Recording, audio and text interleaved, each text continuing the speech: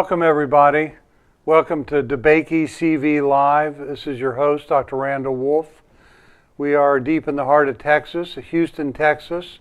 We're at the Texas Medical Center, Methodist Hospital, DeBakey Heart and Vascular Center.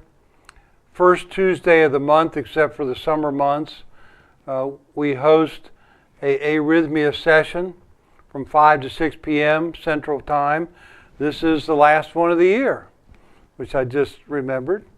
Producers are probably happy about that, but we'll continue this next year, again, 5 p.m. on Tuesday. And the topic is atrial fibrillation, and specifically a little unusual, but I think a very helpful hour on sort of tying all the different procedures that can be done and treatments that can be done for AFib into one. To help us, I'll show you a couple slides. I have a heart model here that we'll refer to. And keep in mind, we are live and we are taking questions. We already have some questions coming in, which I appreciate. You have two ways to send in your question, and I suggest you send it in early in the hour. Better chance that we'll be able to get to your question before the end of hour. You can use your phone. You go 37607, and in the text box, put DeBakey, as you see on your screen up there, and ask your question. If you're on your computer, joined by web, you go to pollev.com, enter DeBakey, and respond to the activity. So throughout the hour, if a question comes to mind, please send it to us, and we do our very best to try to get to every question during the hour. After this webcast is over, if you miss something or you'd like to review it, it is usually posted almost immediately, right? And it goes on YouTube, is that correct? YouTube. So you'll be able to see this later on if you wish to, which is fine. And if you have comments, that's great as well. You can reach me at wolfminimaze.com. It's on the internet. My name, WOLF, mini, little, maze, M-A-Z-E, wolfminimaze.com. Happy to answer questions or inquiries that way. Joining me today will be Ty Small. He's been generous enough to join us for this webcast. Ty is 55 years old. He's coming to us live from Phoenix. He has an interesting story, I think, because Ty will tell you how he diagnosed himself with AFib and the multiple treatments that he's had. So it gives you a little taste of most of the treatments that are available today for AFib. I think it's important because when you're diagnosed with AFib, first of all, you want to make sure you really have AFib. That's important. Secondly, you want to try to focus on the best treatment for you, and there are several treatments. You may not know that, but there are. Sometimes not all the treatments are explained well on initial visits about treating AFib. And there's some miscommunications, and there's some statements that are made that may be not true. You don't have to be on blood thinners the rest of your life. You don't have to be on antiarrhythmics the rest of your life. So we'll talk about that as well. Before I start with Ty, there are a couple questions I'd like to take care of first. Dear Dr. Wolf, are you currently training more surgeons in this procedure? So the Wolf Minimaze, you took it off. Leave it on there. I think you just took it off. Leave it on until I finish the question, please. Is the Wolf Minimaze will be more available to those who need it?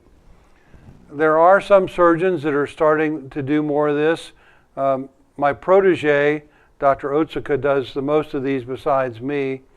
He's in Tokyo. He did train with me. But unfortunately, there are very few surgeons that do it regularly. I think that's important, and very few surgeons that focus on AFib, because it's more than just doing the procedure. It's also learning how to treat AFib before surgery, after surgery, picking the right type of patients that can benefit from this procedure. And unfortunately, we really have a shortage of heart surgeons in the world today. So most surgeons continue to be focused on coronary bypass and valve procedures, and some in transplant. So it's a difficult area to get new surgeons involved with deeply and really do a good dive into what really needs to be done for AFib. So it's been difficult. I have trained a few people that now don't do it. They've moved on and to the usual heart surgery procedures such as valve and coronary bypass. Here's another question. The errant pulmonary vein signals in AFib, what's their purpose prior to their errant ways? We're going to talk about this, but I don't think that the pulmonary veins are the problem. That's why catheter ablation and focusing on the pulmonary veins is difficult technically to achieve no AFib at all. This is a heart model, and this is the front of the heart. But the area that we're talking about is on the back of the heart. So I'll rotate this. And these are the pulmonary veins, these two openings here. And on the other side, these two openings here. This is on the back side of the heart. The pulmonary veins are next to fatty areas here, here, here, and here. And these fatty areas contain nerves. And for vagal AFib, that's where the AFib originates, and that's what has to be treated. So it's very difficult from the inside of the heart to get to the outside and affect these nerves in these spaces. So the signals, I don't think, are errant signals. These are signals in these nerves, autonomic nerves, on the outside of the veins. And one of the reasons the Minimaze is so effective is we focus on these nerves. The Convergent procedure focuses on this shiny flat area on the back of the left atrium. Guess what? There are no nerves there. Now, if you get over far enough to each vein with the treatment, you'll get some of the nerves, but not all the nerves. And the catheter ablation doesn't usually get the nerves. So you're still left with not treating the nerves. And I think there is an imbalance in patients who have AFib of the autonomic nervous system, the vagal nerve branches, which are called parasympathetic, and the sympathetic branches get a little bit mixed up. Now, some of this feedback mechanism even occurs right here. Some of these signals do not even go to the brain. The heart is like its own little brain in some respects. And some of these signals are right here, some go to the spine, and some go all the way to the brain. Can stress cause these signals to get a little confused and excited? Absolutely, and we know stress is a big factor in the initiation of AFib. We'll take a few more questions after we talk to Ty. First of all, Ty, thanks so much for joining us from Phoenix live. Really appreciate it. I think the best way for you to help people in their journey of AFib is to start out with the beginning of your story. And I guess you don't have to go way back, but you really grew up on a farm as a rancher, right? That's right, yeah. I'm originally from Canada. And what area? That's Alberta, Canada. Which state? Well, it's a province. It's called Alberta, right above Montana. Alberta, the city's just outside Edmonton, yeah. And you mentioned to me, like a lot of Canadians, you go straight down and you end up in Phoenix, right? That's what happened. I just followed the birds when they went down in the winter. So thanks again for joining us. And I would just start out by telling people your story, how this started out. Yeah, sure. And I want to thank you for having me on your show and being able to share the story of how you helped me, and it really changed my life. Probably about 13, 14 years ago, I was an avid tennis player, and I had a match against a friend, a female friend of mine, a very good player, and she had beat me. And I noticed a lot of times I was out of breath, and sometimes I'd get very clammy feeling. And finally, one time it was bad enough, my wife insisted we go to the hospital. The doctors took it seriously. They had me stay the night. They did stress tests and had me on EKG all night, and they've discovered nothing was wrong. So I thought, I must just be out of shape. I need to get my butt in shape. So I started a jogging regimen because I was determined to beat my friend. So I started jogging enough. I got a heart monitor, and then a couple times I noticed that it spiked up to 180, 200 beats per minute. I thought maybe there's something wrong with the monitor.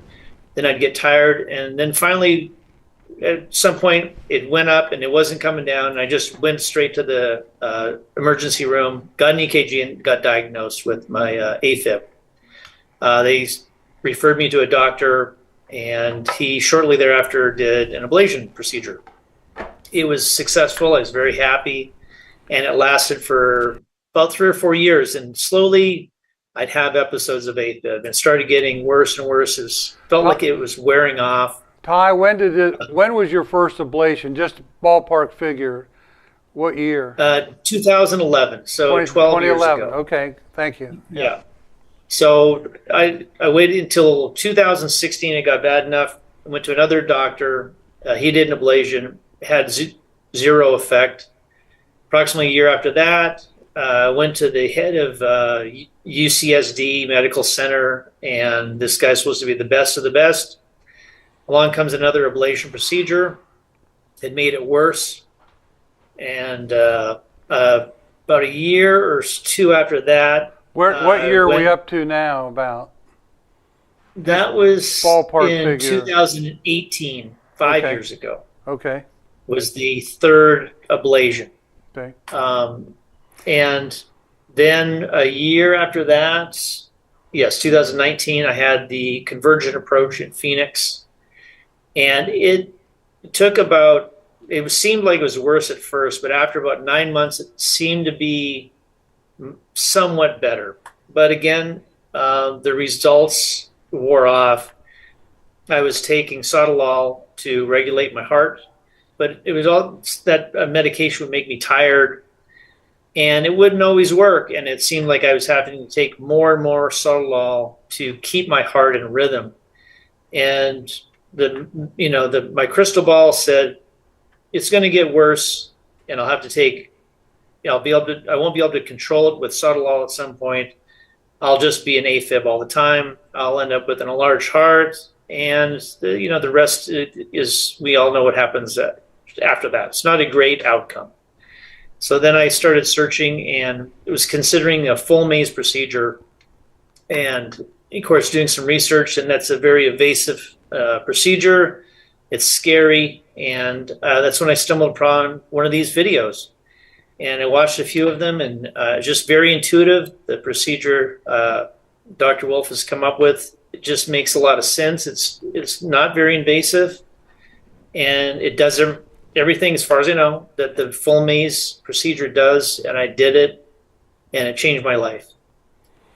Ty, during these many years, were you on and off antiarrhythmic medications? You mentioned Sotalol. Yeah, they had me try various ones, and that seemed to be the one that worked.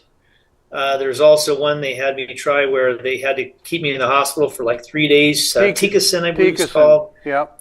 And it didn't work at all. So Sotalol was my go-to one, but like I said, I was just taking a higher and higher dose to keep me in rhythm. There's a question for you that came in, and I don't know if you know the answer, but I'll say the question. I'll state the question. Were Ty's ablations with heat? In other words, radio frequency versus cold, which is cryoablation. Do you know the answer to that? I do not. I think most of yours were, I think you had both, in fact. I think you had a cryo, and I think you also had RF, radio frequency.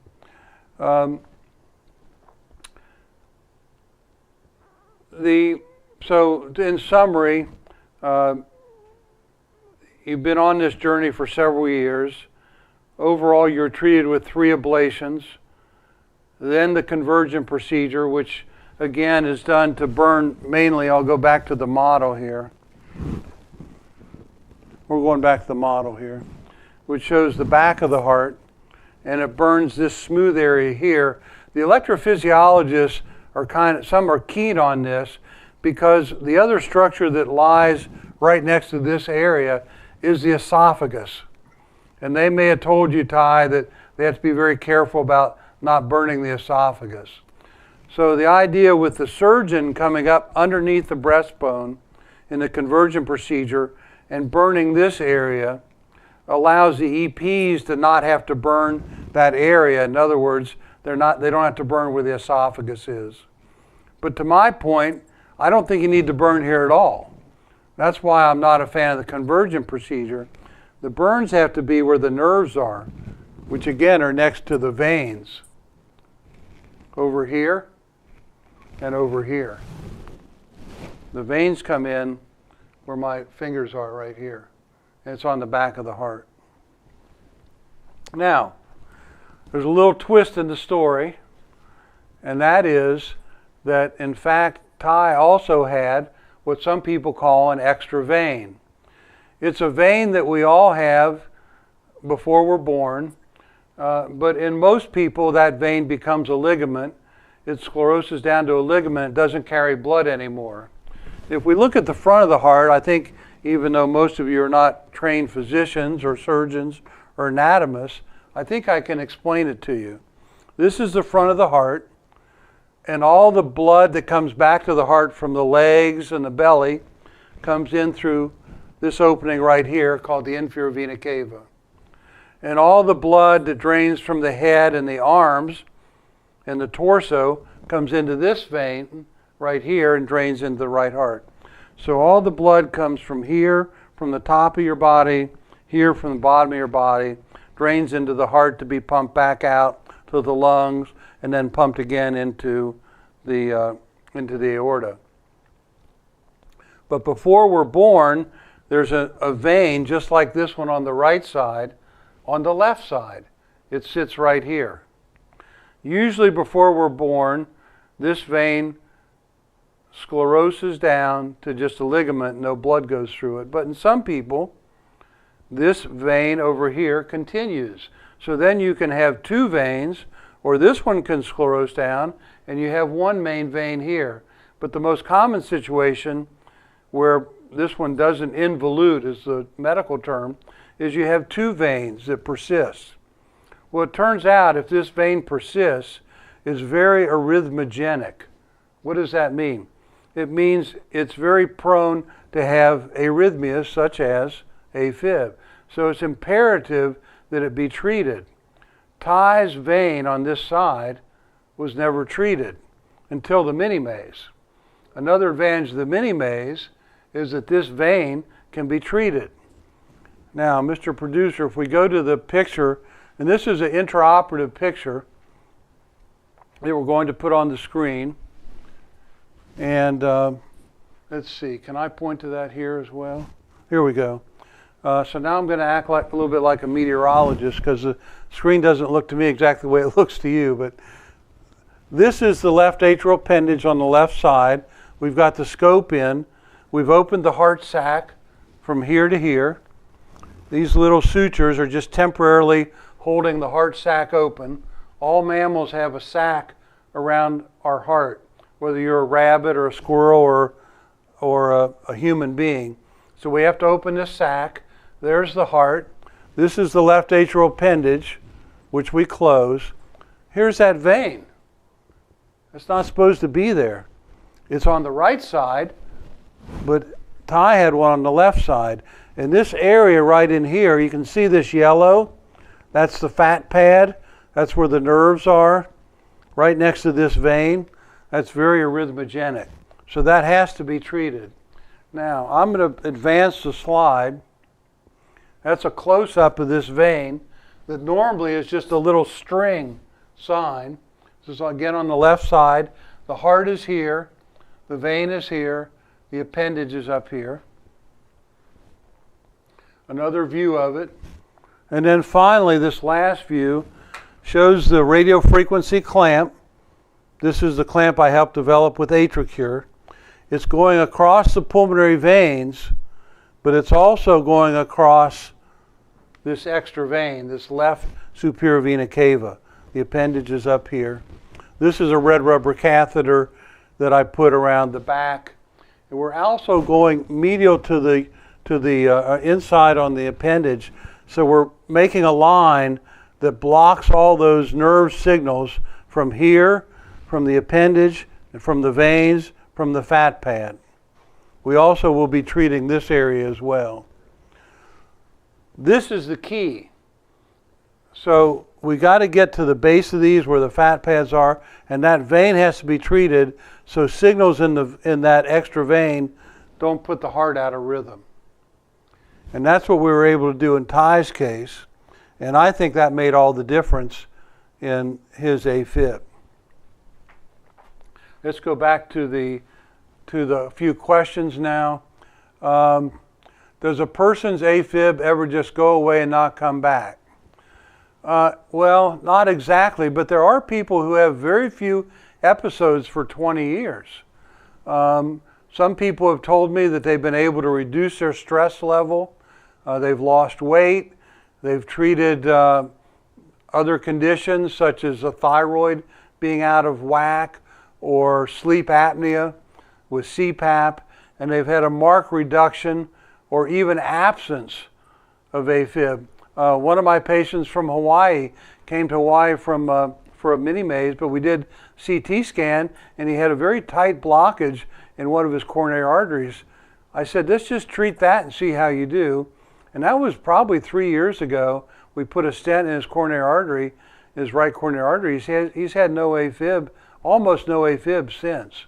So there are modifications that we can do to decrease our stress, make sure our hormones are as regulated as they can be, specifically thyroid, because high thyroid is associated with AFib.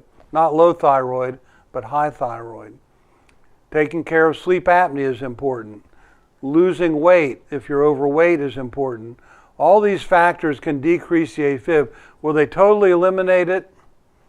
Maybe, maybe not, but if you're down to one episode a year for a couple hours, that's pretty good. Not sure you need any treatment for that.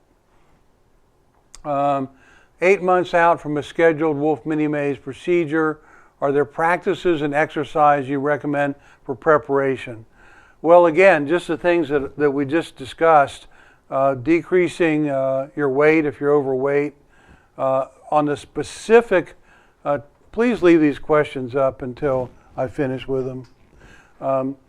The specific things are just common sense. Decrease the alcohol intake, decrease caffeine intake. If you drink a lot of coffee, these can be triggers, so try to decrease your triggers. But specifically for the type of exercise, I don't think it matters. A lot of people that I take care of mainly walk, and that's a very good exercise. And I tell people after the Minimaze, the main thing to do is walk. Get up and walk. And I think that's the best exercise you can do. If you're out of rhythm before the Minimaze, I recommend heart rate up to maybe 120 max. I wouldn't push it more than that to the run up the Minimaze if you're continuously out of rhythm. And then, as many of you know, I do use an antiarrhythmic for patients who are out of rhythm continuously, a low dose amio, and that's very helpful as well. Does the prenatal vein cause AFib by overloading the right atrium? The left, this left SVC, I don't think we know the answer to that, but I don't think that's the answer. This vein doesn't drain right into the right atrium. It drains into the great coronary vein, which then goes around the back of the heart and drains into the right atrium. So it could be some engorgement of this whole system by more blood draining into the this coronary vein. So I'm not sure. It's a very interesting topic. I don't have the answer to that. Are there any benefits to having both veins? Well, I guess if you were unlucky enough to be shot in the neck, it'd be nice to have a vein on each side. But generally, I don't think so. Is the procedure video on Wolf Minimaze, or in the procedure video, you mentioned usually leaving the pericardium open. Well, that's not really right. I know it looks like that on the video, and if I looked at the video, I would come to your conclusion. But in fact, the video was getting quite long. We were trying to trim it down to 1 hour. I think it's 1 hour, 1 minute. So we had to cut a few things out. And one of the things we cut out was closing up the pericardium. And there are some people who do this procedure that don't close the pericardium. But I do close the pericardium on each side. It's just not in the video. What is done if the link monitor reports AFib post-Minimaze? Can the Minimaze be repeated? We've never repeated a Minimaze. We have, on occasion, done catheter ablation, follow-up more than 6 months out, and that's been incredibly successful. We see this particularly in patients that have had previous ablations. Occasionally it's somebody who hadn't had a previous ablation, but the majority of the patients have had previous ablation, and we can go back with a catheter and find a focus of AFib outside the area of the Minimaze and successfully treat that with a catheter ablation.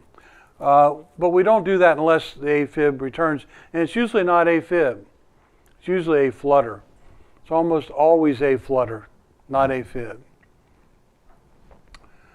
2 failed ablations, also failed Convergent. They did not clamp my appendage. Can you help me? Okay, I think I understand that. In some centers, they do the Convergent, again, where they're burning the back of the heart here, which again, I don't think is very helpful. And Ty, you had that procedure too. And in some instances, the surgeons then put the scope in the left chest and close the appendage. And once the left chest has been scoped and the appendage is closed, it's very hard to do a Minimaze. In Ty's case, they just did the back of the heart, right, Ty? Yes. And you didn't have the appendage closed. So in fact, that's a better way to then still have the Minimaze. If they've gone into the left chest and closed the appendage, it's almost impossible to do a Minimaze. And sometimes it's very hard to do a Minimaze after the Convergent, even when they haven't gone in the left chest. In Ty's case, things weren't very stuck down. I remember we talked about that right before the surgery in the pre-op area, and I asked you, I said, Ty, what if we put the scope in and I can't do the Minimaze, it's too stuck down? You remember that conversation? Well, I also remember the initial consultation, and when you heard about the Convergent approach, you kind of suggested that I wasn't a good candidate for the Minimaze. And remember, after I cried for a little while, I finally kind of turned your opinion around to at least give me a chance. And I think if I remember right before the procedure, you talked about maybe doing a full maze if the Minimaze wasn't possible because of the Convergent. And yeah, I wanted to get it done, whatever we had to do. I had enough AFib, and I wanted to get it over with one way or the other. Yeah, medications, 3 ablations, Convergent procedure, still having AFib. You're a young, active guy. You like to run on the beach. You like to play sports. And I asked you, and you said, Doc, if you can't do it with the scope, do it open. I got to do something like that. Absolutely. Let's see. Thought your audience would like to clarify, when you say treat the vein, you are not closing it, but placing a scar line to interrupt the nerve transmission. Exactly right. Thank you for that clarification. That vein is still wide open.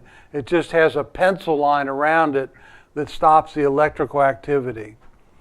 PVCs have increased significantly, hours at a time. What will reduce SVE and PVC. I'm not sure about the SVE. PVCs are premature ventricular contractions. Now, unlike AFib, which comes, I'll go to the model again, unlike AFib, which comes from the top of the heart, the PVCs come from the bottom of the heart, this red muscular area. This is the part of the heart, the lower chambers, on one side that pumps the blood to the lungs, and then it comes back to the heart, and the left side pumps it through your aorta and your whole body. So these are the ventricles. The AFib comes from the atria. Pulmonary PVCs are generally not treated except with medication unless the PVC load is very high, and that can be determined very objectively with a link. The link monitor gives us an EKG reading every day, and it's good for 5 years.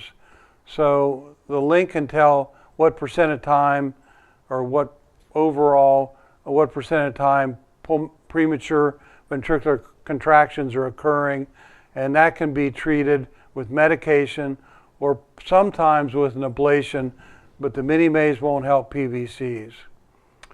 Had an episode this week, I believe it was from popular fast food outlet, which I usually try to avoid. I wonder which one. Is the one that says "We got the meat"? What are the common food triggers? It's a good question, but I don't have a good answer for you. Patients have so many different triggers. You can talk to 20 patients, they might have 20 different triggers. Some people say spicy food. Of course, we think caffeine can do it. Some people drink soda and it does it. Is it because of the cold? Is it because of the caffeine? Not sure. But there are lots of stimuli to the vagus nerve. The vagus nerve is the nerve that slows your heart, and also it can be from signals from the sympathetic nerve branches. Again, they're around these pulmonary veins, and that's what speeds up your heart. But I think it's more the imbalance that starts the AFib. It's great that surgeons and EPs are working collaboratively in a systemized way through the new Convergent model, thinking about a care path that might benefit patients even more. Seems a shame you couldn't all extend the model to incorporate the Minimaze as one of the phase 1 surgical options. Well, the Minimaze is the first option. When I started doing this procedure after we got the clamp cleared by the FDA, and I started doing what's now called the Minimaze. I didn't name it the Minimaze, a patient did, which was good and bad. But when I started doing this, almost all my patients, almost all, had multiple previous ablations. But interestingly, today, half the patients I see have had no ablations, 0 ablations. They've been told they need an ablation, but instead they go for what they call the one and done Minimaze procedure. The Minimaze procedure is not 100%, but it's 100% better than a catheter ablation with respect to results and getting off blood thinners. Can POTS be cured by doing a Wolf Minimaze? Excellent question. POTS is when you get up quickly, you get faint.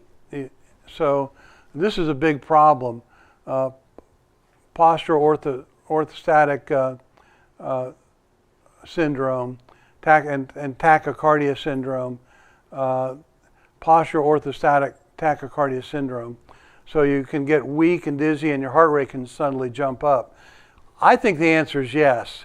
It hasn't been proven, but many years ago in 2007, I started doing the right side of the Minimaze for patients who had sudden increase in their heart rate, called inappropriate sinus tachycardia, or IST, inappropriate sinus tachycardia. So the patient's heart rate just jumps up all of a sudden, and then it goes down quickly. And this can be very distressing to the patient it can be incapacitating to the patient. So I did a couple cases, and I published this in the Annals of Thoracic Surgery, I think in 2007. And now there is a study going on, which is essentially the right side of the Minimaze, for patients who had inappropriate sinus tachycardia, to do the right side of the Minimaze and some mapping by the electrophysiologist to see if this works, which I know it does. I've been doing it for years. It's very effective. And I think POTS may kind of fall into that same category. Can the extra vein be detected by an electrocardiogram? No, but it can be detected by an echocardiogram. And Ty, that's what you had, correct?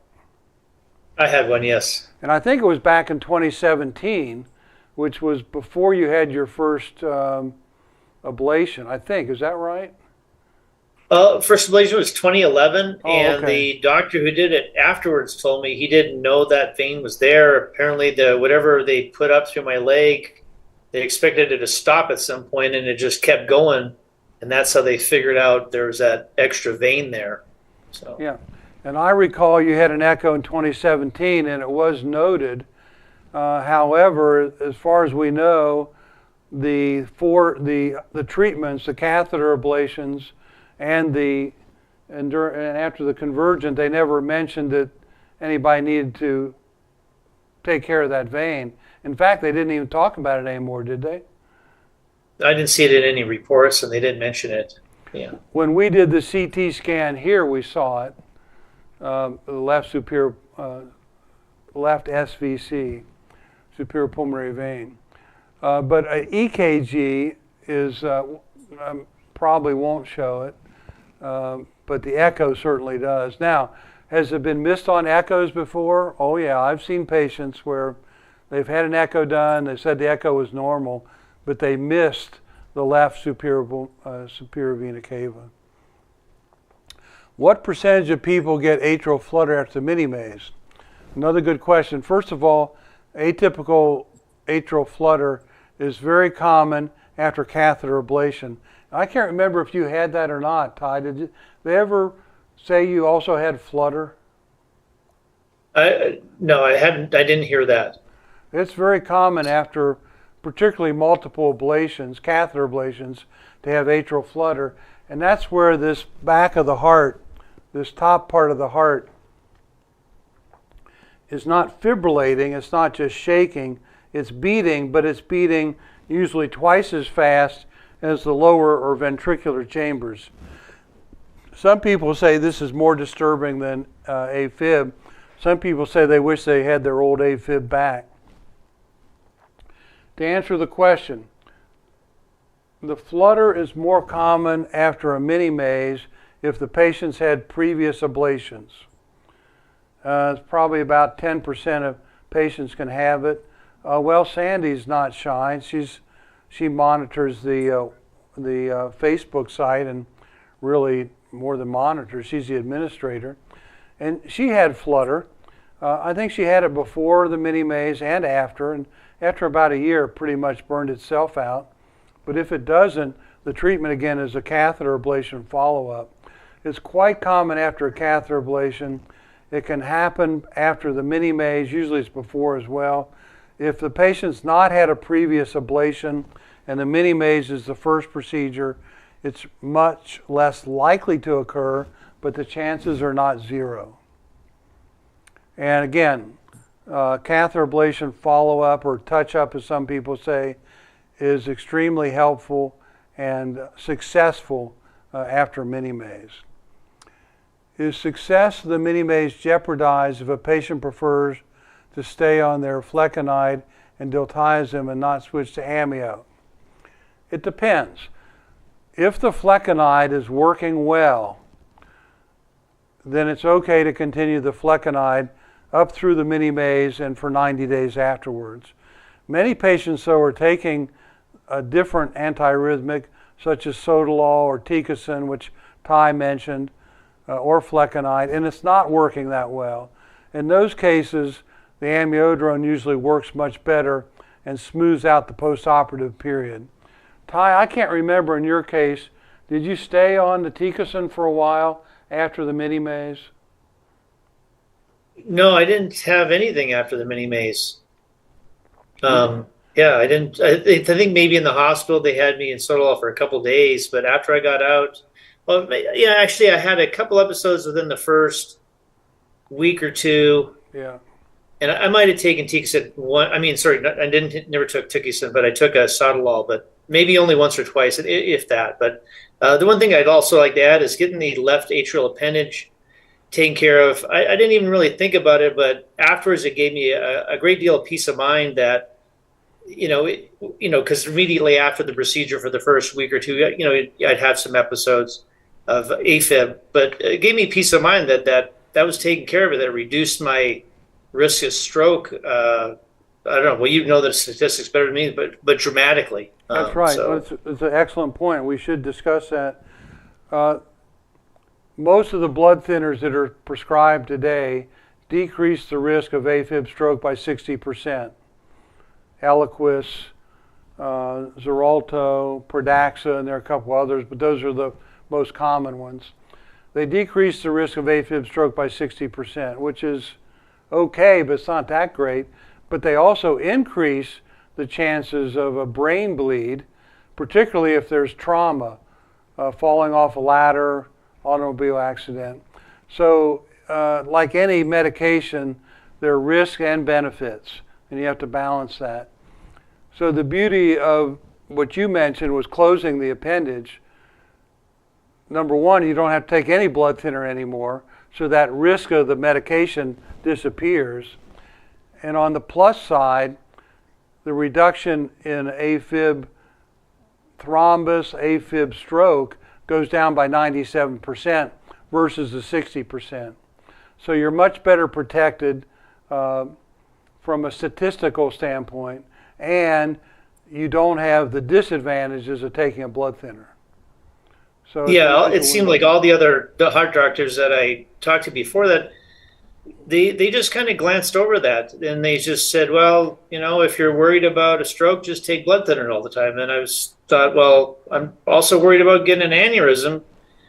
So then, it's getting rid of that left atrial appendage, was the best thing. And it seems like the heart doctors I had talked to didn't seem to really, they didn't really kind of care about it. There's like, oh, your risk of stroke's pretty low. Well, pretty low isn't good enough. I want the lowest risk of stroke that I can get. And that left atrial appendage, getting that taken care of is that did it. It made it as good as I can get. So I talked to a new patient today. I won't say his name for HIPAA reasons, but he's from your neck of the woods. Well, when you're not in Phoenix, he lives in Southern California, and really active guy like you, in good shape. He's about 5 years older than you, and he had a stroke. And he says in retrospect he probably had some AFib, but it was undiagnosed. And he stayed in bed for 12 hours, and finally he was taken to the hospital, and he'd had a pretty major stroke from AFib. So it does happen. What you're referring to, what the doctors mentioned, is the CHAD-VAS score. And everybody's real hot on this. And you get different points, and the higher your number is, the more likely you are to have a stroke. So if you have diabetes, you get 2 points. You get a point for age. You get a point for female sex. You get a point for hypertension, and so forth. And for you, you're a relatively healthy young guy, so imagine your CHAD-VAS score was probably 0 or 1. So right, yeah, it was. I believe it was 0, but I asked him, like, well, that doesn't mean I have a 0 chance of stroke. When my heart's an AFib, I still got a chance. I want to eliminate that. Just to have a good enough chance. I want to lower it the best I can. And again, just having that taken care, it gave me great peace of mind. The few times, immediately after the surgery, when I did have some episodes, because your heart's kind of unstable there for a while, it helped give me peace of mind. Because that was the one thing that bothered me about AFib, is I felt like a ticking time bomb. If I'm an AFib, it's like, is this thing am I gonna get a stroke and not be able to? Am I gonna die or have a brain damage? Yeah. It's a very unsettling feeling, and it led me down the path to you. And thank you for solving that for me. Well, that's a good point. We've found some other advantages. Sometimes the base of the appendage is part of this AFib circuit. There have been many patients where I've closed the appendage and the heart was out of rhythm until I closed the appendage, and 10 beats after I closed the appendage, sinus rhythm.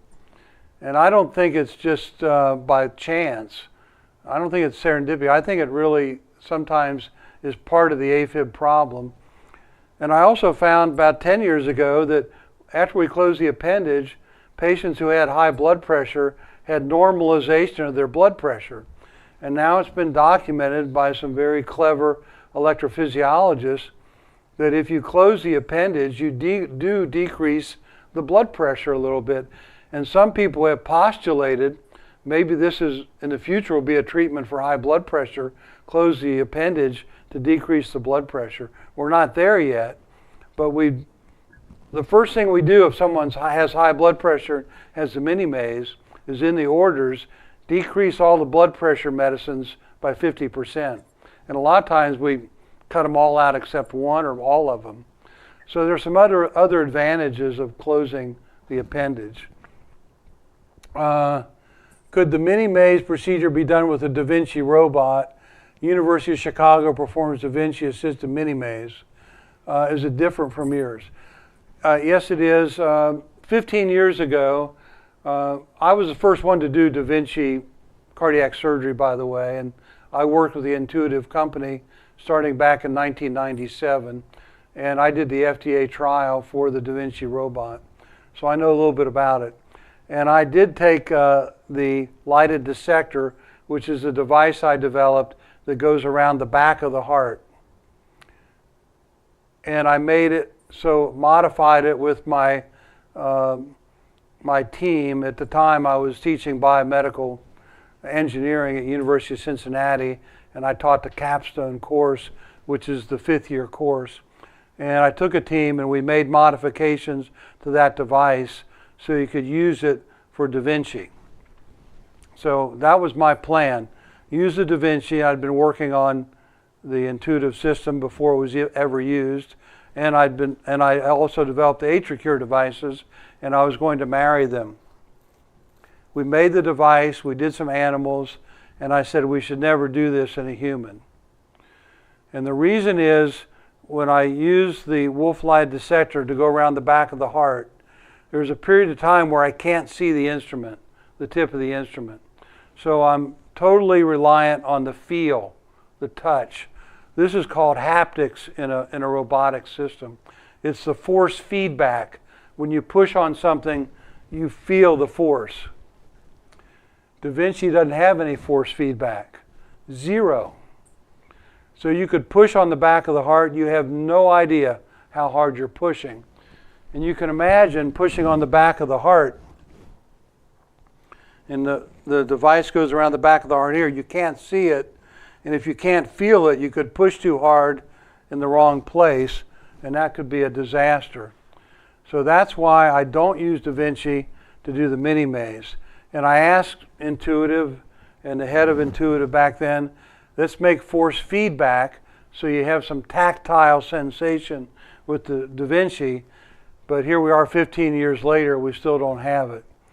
So you can close the appendage with the Da Vinci system. It's the world's most expensive closure of the appendage because you don't need it.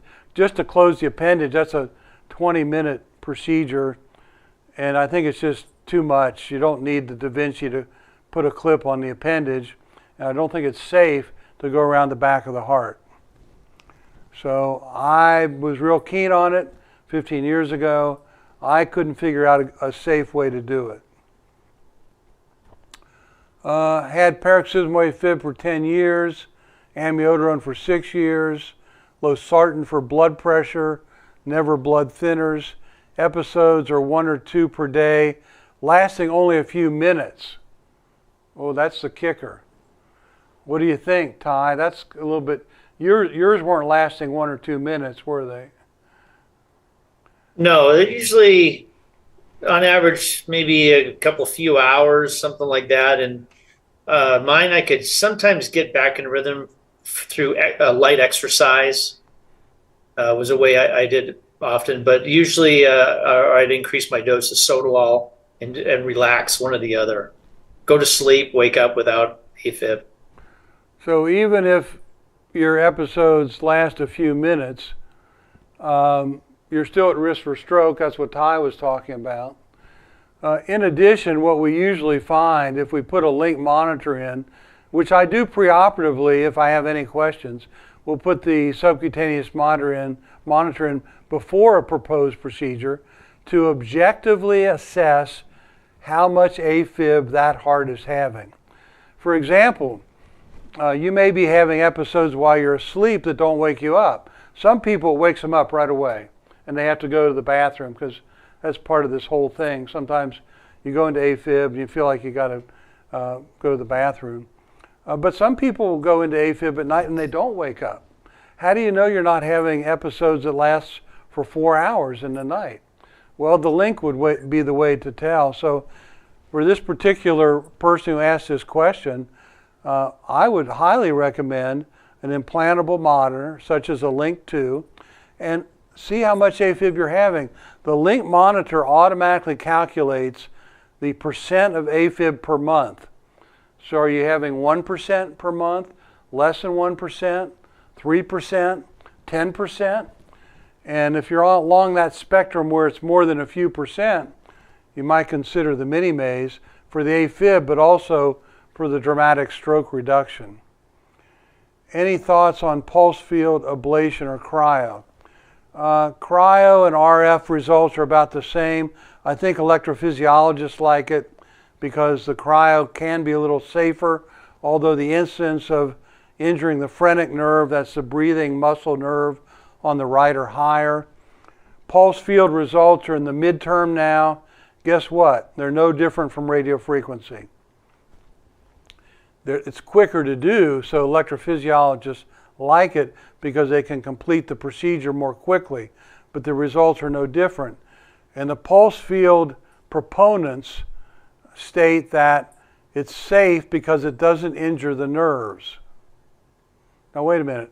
It's safe because it doesn't injure the nerves, but I've been preaching that you've got to get these nerves on the outside of the heart or you're not going to have a good result. So I wasn't surprised to see that the midterm results of the pulse field are really no different from radiofrequency. Same problem. You're burning from the inside, but the nerves are on the outside. So I think that's the issue. Maybe safer, maybe faster for the electrophysiologist, but I think more patients are more interested in what it does for their heart than how fast the EP can do the procedure. I have AFib and a flutter, never had an ablation. I have a Watchman. Would I have to have a catheter ablation with Minimaze? No, not at all. And I've done many patients who have a Watchman. A Watchman's not my favorite device because it's really a cork in the appendage. The appendage is still electrically active, and I've proven this by putting a pen and sensing the electricity on the appendage after the Watchman. But I can still do a Minimaze in patients who've had a Watchman. Ty, did you look into Watchman at all? Yeah, I definitely considered it, but the doctor that I asked about at the time, he said that he didn't think it was worth it. Oh, so because I didn't do it. Because your CHAD VAS score was so low, probably. It's so low, yeah. And then after the ablation, I thought, geez, maybe I should have had that because I wanted to eliminate that. And now I'm glad I didn't have it because I had it isolated the way you did. So it worked out for me in the end. Yeah. And by the way, if someone has a Watchman, then we can't put the clip on. A Watchman is there to stay. It has little tines on it that stick out like little fish hooks. So once you've had a Watchman, you really can't close the appendage unless it's done with open heart in a different way. Is just living with complications or can AFib be deadly? Well, I think we discussed that. AFib can be deadly, and it turns out, we know this as physicians, AFib strokes are about 15% of all strokes. The most common strokes are from high blood pressure. 15% are from AFib, maybe 20%. But they tend to be big strokes. Patients who have AFib strokes tend to have a pretty big blood clot that breaks loose from the appendage, the left appendage, not the right, goes through the ventricle up through the aorta, and these first three vessels that come off the aorta go to the brain. And so if a clot breaks out of the left atrial appendage, it's very likely to go to the brain, and those tend to be pretty devastating strokes. So yes, it can be deadly. And the other thing that happens over time, which we've seen, is when the heart's out of rhythm for a long time, this can lead to heart failure. We used this as a model in the animal when I worked in the lab at Ohio State, and that was to pace the heart at a very rapid rate, and that would put the animal into temporary heart failure. The good news is the heart failure can be completely reversed by getting back into rhythm. Ty, we're almost through the hour. I think it's been great to have you on, and I'd like to ask you if you have any closing comments or things we didn't cover in the hour. I think you covered about everything. The only thing I could say to the people who are watching this, they're probably in the same position I was about a year ago, thinking about having this procedure.